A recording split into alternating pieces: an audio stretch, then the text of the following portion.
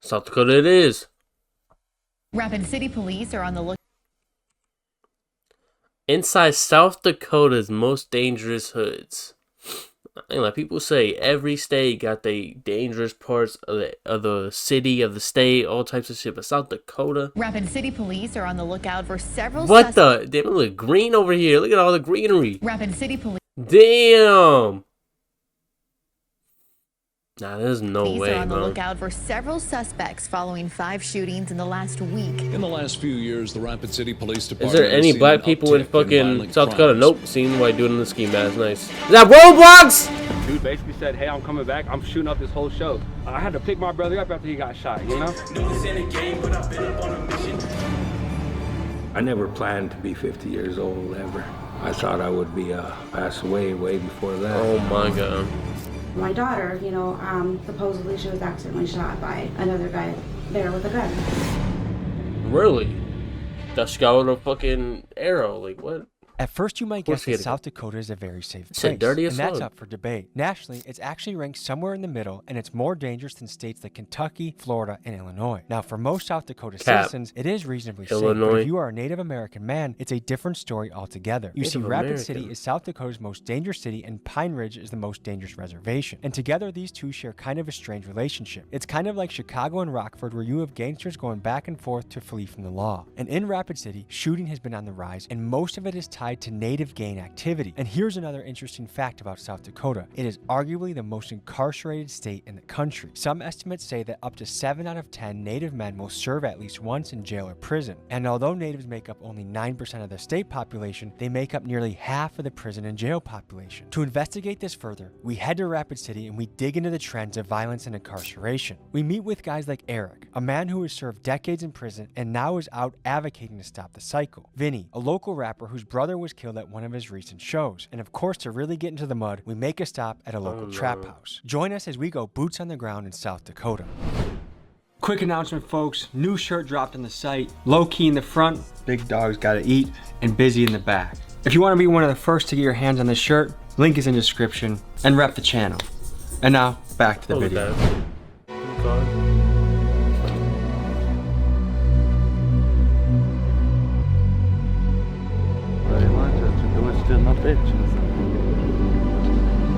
When I see these young men, I see potential in them. I see something that they could become, and I see the gang lifestyle is mostly just taken away from what they could become. What needs to happen for kids that grow up in an area like this to say, I want to be an engineer or a doctor, or I want to run my own landscaping business, rather than I want to shoot somebody that's a lot like me that just happens to live in a slightly different part of my neighborhood. I don't know if we'll ever find that answer, but that's part of the discovery that we're on this channel. We're going to dive into the most dangerous city in South Dakota. Buckle up, it's gonna be a ride. Tell us where we are right now. We in Lakota Homes right now, this deep north, you know what I'm saying? Deep north side. It's a little dilapidated, etc., but there's a lot of love in the area, you know what I'm saying?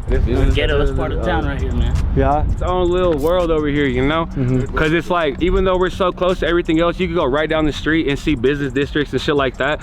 It's its own entity over here, you know what I'm saying? Okay, so what goes down around here? Drugs, you know what I'm saying? A lot of and the dealings that come with that. Sure. You know what I'm saying? As far as robberies, as far as, you know what I'm saying, killings over a little bullshit, you know, an ounce of weed and shit like that, you know what I'm saying? Somebody die over it, so it's like. Do you guys know someone that have died over an ounce of weed? There's a quad, bro. Yes. Over an ounce of weed? 7 grams. It wasn't even an 7 ounce, it was grams. a couple. A quad, it was like dude? 5 Do you guys Yeah. call it a quad around here? Yeah. Yeah. I picked up many of quads in my day. Never have I ever thought about I was gonna die over it. Dude didn't expect that night either, you know what I'm saying? I went to prison for possession of marijuana. It was my first charge I've ever caught in my life. The judge was just a little hard on me, you know? How long did you serve for marijuana? He gave me 6 years and suspended 5 of it.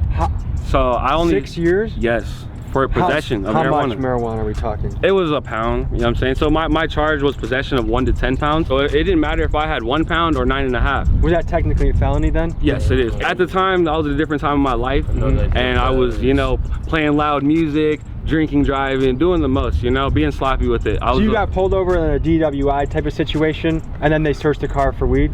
They smelled weed immediately. I just, like I said, were you chiefing it big time? Yeah, okay. I was smoking when they pulled me over. I try to play it off. I try to give them my blunt piece and be like, this all I have, sir, you know? They weren't going for that though, so. Did that seem absurd that you could be put in a cage for weed? Yes, sir.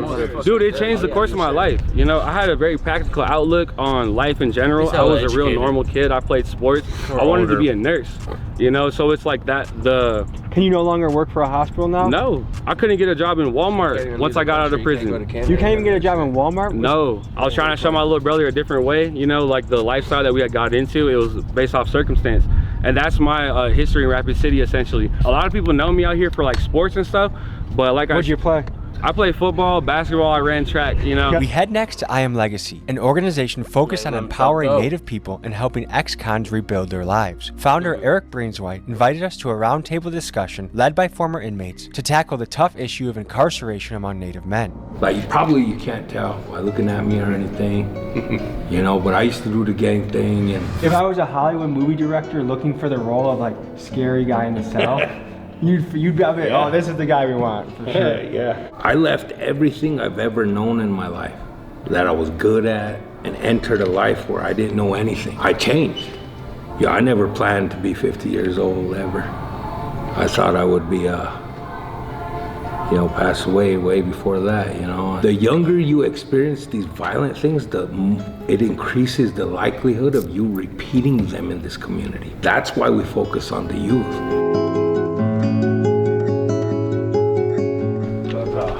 One of the things that to help these guys, you know, kind of redirect their aggression a little bit. Yeah. So you come in here, tire them out a little bit, put them on the weight, healthy choices, healthy options. We also do drug court.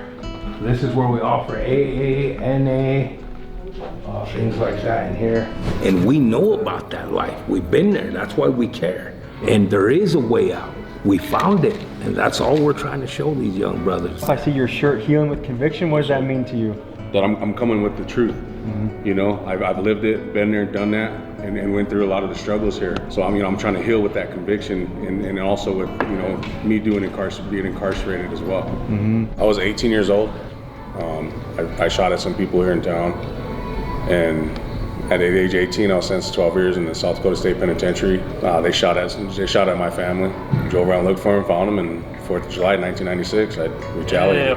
You have the most gangster Hello Kitty tattoo I think I've ever seen in my life. Yeah, so I have. Tell me about that. So I have a special needs daughter. Okay. So a lot of this is for her. You know, so like I have the wheelchair there for her. She loves Mickey Mouse. Don't count the days, make the days count. When we found out that she has a rare brain disorder, they told us she wouldn't see her first birthday. So we marked the date when we were told that. And that was in 2011? Yeah, grateful today she's 13. My first son, I wasn't there, incarcerated. I missed his birth, and you know, just wasn't in the relationship, you know, there. And we meet my wife, and with Alejandra, our daughter with special needs, I learned to embrace that, you know, I needed to fully protect her. For me, quitting drinking is what helped, to be able to get up if she's having seizures, to be able to get up, you know, at a drop of a hat, to assist her or assist my wife in her cares. For me, it was the murder of my brother. He was down there at the Teddy Sports Bar and he was shot and killed. Calling me and asking me to come hang out with him at the bar, and I went down there to go see what he was doing. And as I was walking towards him, I heard a gunshot go off, and then my cousins told me it was my brother, my little brother, and it's just, ever since then, after the past 3 years, I've just been getting incarcerated in and out of jail. I'm using my past as a tool to help better these children. Adults can't teach old dog new tricks, but we can save these kids. And by saving these kids, we can save this community. Did about 18 years in prison. That's a long time. Where I grew up, Lakota Homes, in the hood out here. It was kind of almost like an expectation at some point. You know, hey, you might end up going to prison. You know, from our neighborhood is drug and alcohol related. Every single felony, every single charge. So non-violent offender? Non-violent, all non-violent. I'm a 9-time felon. What brings you here? I'm the youth navigator now. How'd you get here though? In 6th grade, I got in some trouble at school. You know, Eric used to be the diversion coordinator here in Pennington County, so I was his first ever youth to go to Legacy. What'd you get into as a 6th grader? A fight. This little kid called me a name, and I have gay uncles. It was a gay slur. I think I can guess what you're thinking of. Yeah, and I reached in my locker to grab my backpack, and he slammed the locker door closed on my hand. I reached up with my left hand and I slammed his face against the locker, and I grabbed him up by his backpack straps and threw him across the hallway. Damn, at 6th grade? While he was on the ground. And that's how I met Eric, and I've been coming back ever since. I was like 11 or 12. Now he's 16. Damn. You like that? Good to meet you. Good to meet you. Hey, bro. What's happening, bro? Hey, man. What's up, man? How you doing? All right. It's good to see you, man. Hell yeah. Yeah, we Legacy. We're deep up there, the homies. Yeah. We I got respect that. everybody from every clique in town. I respect that for sure, because there's a lot of people that, you know what I'm saying, older folks that lead the youth astray. I feel you, bro. And that's what I'm saying. It's like they don't know no better when they're that young. Nah, like, man. we grow up in the shit we see, like, we think it's normal, you feel me? Then you grow up and you have your own mind now, and it's you know like, what? I want you guys to know how important you are to our people, man. Word. We don't need you wasting your lives on dumb shit, man. Word. You know what I mean? Don't get caught up doing dumb shit, man. But statistics say, Put your time into that. absolutely, man. Yes, sir. Right there. Yeah, Right there, man. What does that mean? For your sacrifice. Hey, tell them what it means. Tell them what that means. No, it's from Sundance. Ceremony, bro. Oh, where you put the Piercing. Yep. Sundance ceremony is basically a women appreciation ceremony. We're showing appreciation to the women because the women get their blood every month in like Queens of Slate. That's our way of cleaning slate. Even going into Ilipi. Ilipi stands for a sweat lodge. You go in there and pray. You're going in there to be cleansed, you know, cleanse what you be doing out here. You know, all those gangs and drugs out here, because there's not much opportunities for youth out here. That is another picture factor. of you, bro. Oh, this is my little brother. Is it? He passed away in man, 2022. I heard about that, bro. Yeah, Sorry, man. man. He passed away in 2022 due to gun violence. That was our first show we ever were gonna have in Eagle Butte. It was gonna be a great turnout, you know. There was nothing but unchis and kids out there. There's free food, you know. Like, you never really see like 50 people out there for the openers, but that first person I was out there, there's like 50 plus people showing love, you know. We were gonna go on last, and there was a boy that was threatening to shoot the show months before, and we didn't really take it serious, you know. We didn't even reply to his threats or anything like that, but it came down to the day of the show, 90-degree weather, and he's in the crowd with the same bag on that he's showing his gun on Snapchat every day, and with a mask on in 90-degree weather, you know. So I came and I tried to speak with him because I know what he was saying, and when I came and tried to talk to him, he got real abrasive and was like, "Why are you trying to check me? Get away from me," boom. And I'm like, "Look, man," and I grabbed his bag and I pulled it to me. I felt his gun and I said, "What are you doing here? Why are you here?" But he's like, "Just get off me, get away from my bag." I don't want to freak everybody out and be like, "Hey, he got a gun." So whenever the security comes up to me, I say, "Hey man, he has a gun." He's like, "Are you sure?" I'm like, "Yeah, I felt it." So he tried to escort dude away. Dude basically said, "Hey, I'm coming back. I'm shooting up this whole show." I look around, like I said, there's nothing but elders and kids, you know. My family's come all the way from Colorado to come see us. I'm like, we got to do something. And that's what the dude asked. He's like, "Please stop him. There's police around there and everything." The police didn't do shit. I had to pick my brother up after he got shot, you know. That's another just testament as far as to where we don't really rely on the police, you know. That's vigilantes. Like the definition of a vigilante is somebody that gets justice by their own means, but while not involved in the law. And it's that bottom line that they don't look out for us. They say they're supposed to protect and serve. You know what I'm saying? Like I said, when my brother got killed, I had to pick him up. I had to everything, you know what I'm saying? So yeah, you need to come see us, man, because I got some opportunities for you, man. Yeah. Hey, I lost my little brother too. He got shot and killed down at the Teddy Sports Bar. Oh, word. Hey, bro. Yeah, hey, rest his soul, bro. That's what I'm saying. That shit like that rocks the city. Hey, this happened to every generation though. When I was a youngster, my best homie got shot in the face at my house right up the hill right here, man. Word. In the hood, you know, it changed us forever, man. So police will come through here, etc., but they're not too quick to. It's in a suburban area on the west side or something. Something goes down, they're there like that. Why do you think that is? Because we're disposable. You know what I'm saying? All we get is each other. Is it Rapid City PD or native police that is in this area? Rapid City, there ain't no RCPD. natives on the RP. There's no natives on the Rapid City police force? What percentage of the city is native? At least a quarter. Yeah. You can't be in the position where someone abuses it with their power, and you can't be in the position where you abuse someone with the power that you're given. Because you can be kind, but never try to be submissive. 8 minutes. And you can be strong, but you can never be cruel. We have a good message, though. present for you, Vinny. Good message. Big dog's got to eat. Yes, sir. Hey, yes, sir. Welcome to my gang. You know what I mean? Hey, yes, sir.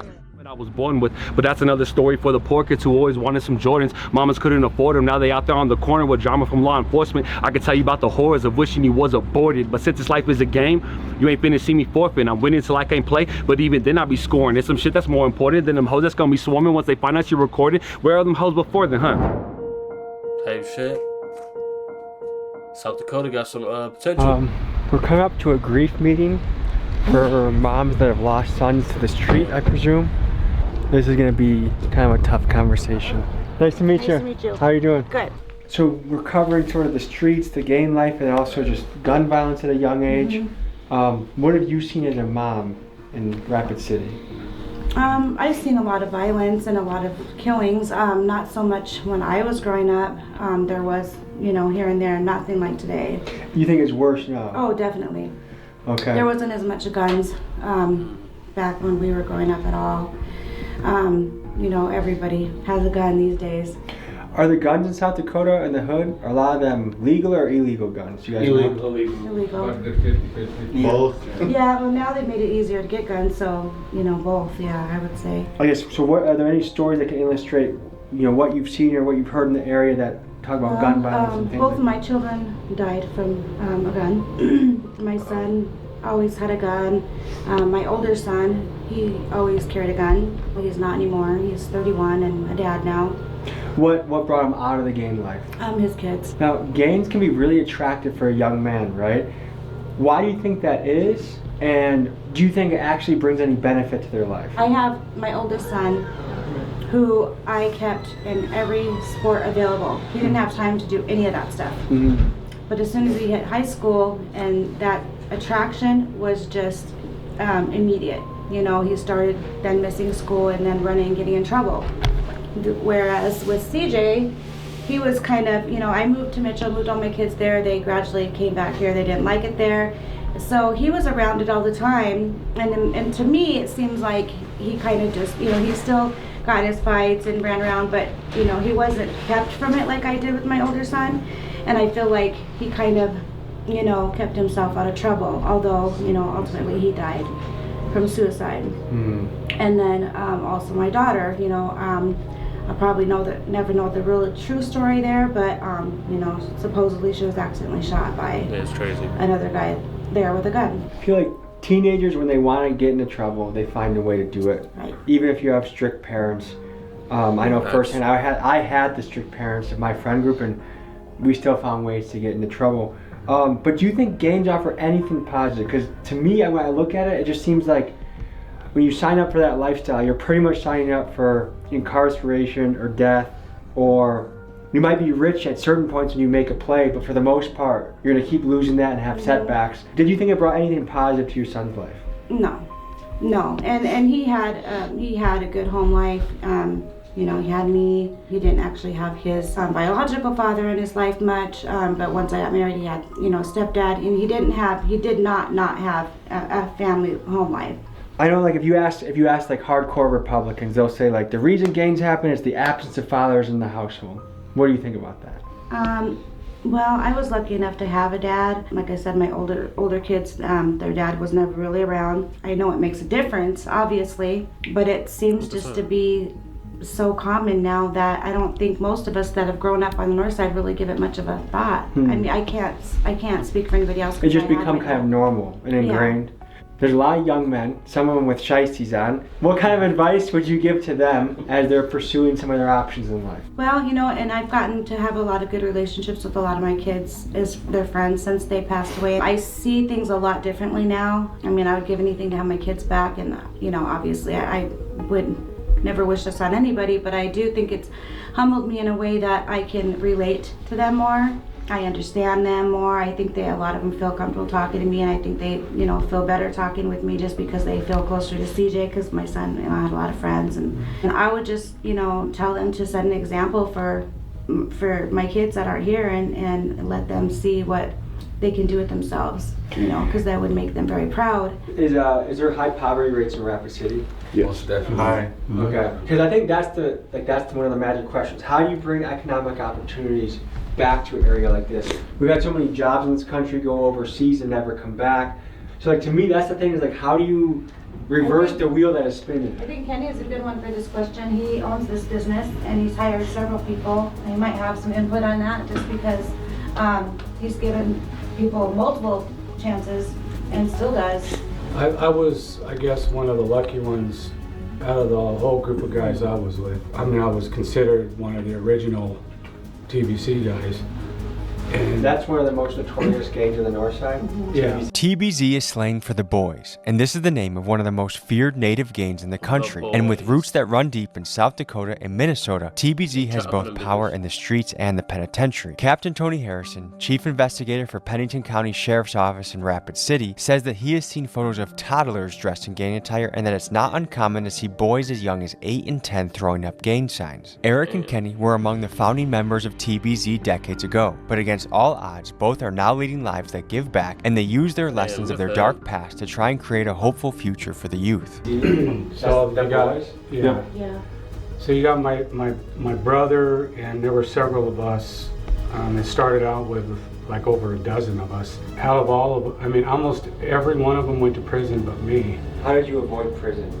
Well, I think, you know, one of the things that stuck in my head around that time was my mom. My mom started going to meetings. She started going to AA meetings. And at that time, I used to look at her like, oh man, she must be really messed up. She's got to go to meetings. She's got to do extra things to stay sober. And my whole thing was backwards. That was when I was in my drinking time too. And for me, it was like, that was one of the things I came back to when I did sober up. And it was getting in a relationship at that time that helped me kind of come out of that rut. And then kids, that was the other thing. And that kind of opened my eyes up to my drinking and my drugging. And one thing led to another. And next thing you know, I've been doing this for over 30 years. Damn. And that's what keeps me motivated, is my work. And throughout all that whole time, I've stumbled a few times. I went back out there and tried it again. That lasted a short time, but I knew what was better at that time. I guess that's the core of it for me, is getting some kind of a structure in your life to go to, your positive. And for me, it's meetings, my business, my relationships. You know, today it's better, but it took me a long time to get to this point. It's amazing how many times it can take doing the same shit over and over to learn the lesson properly. Yeah. Looking for connections to Dallas sex trafficking, Dallas animal smuggling. That's a crazy transition.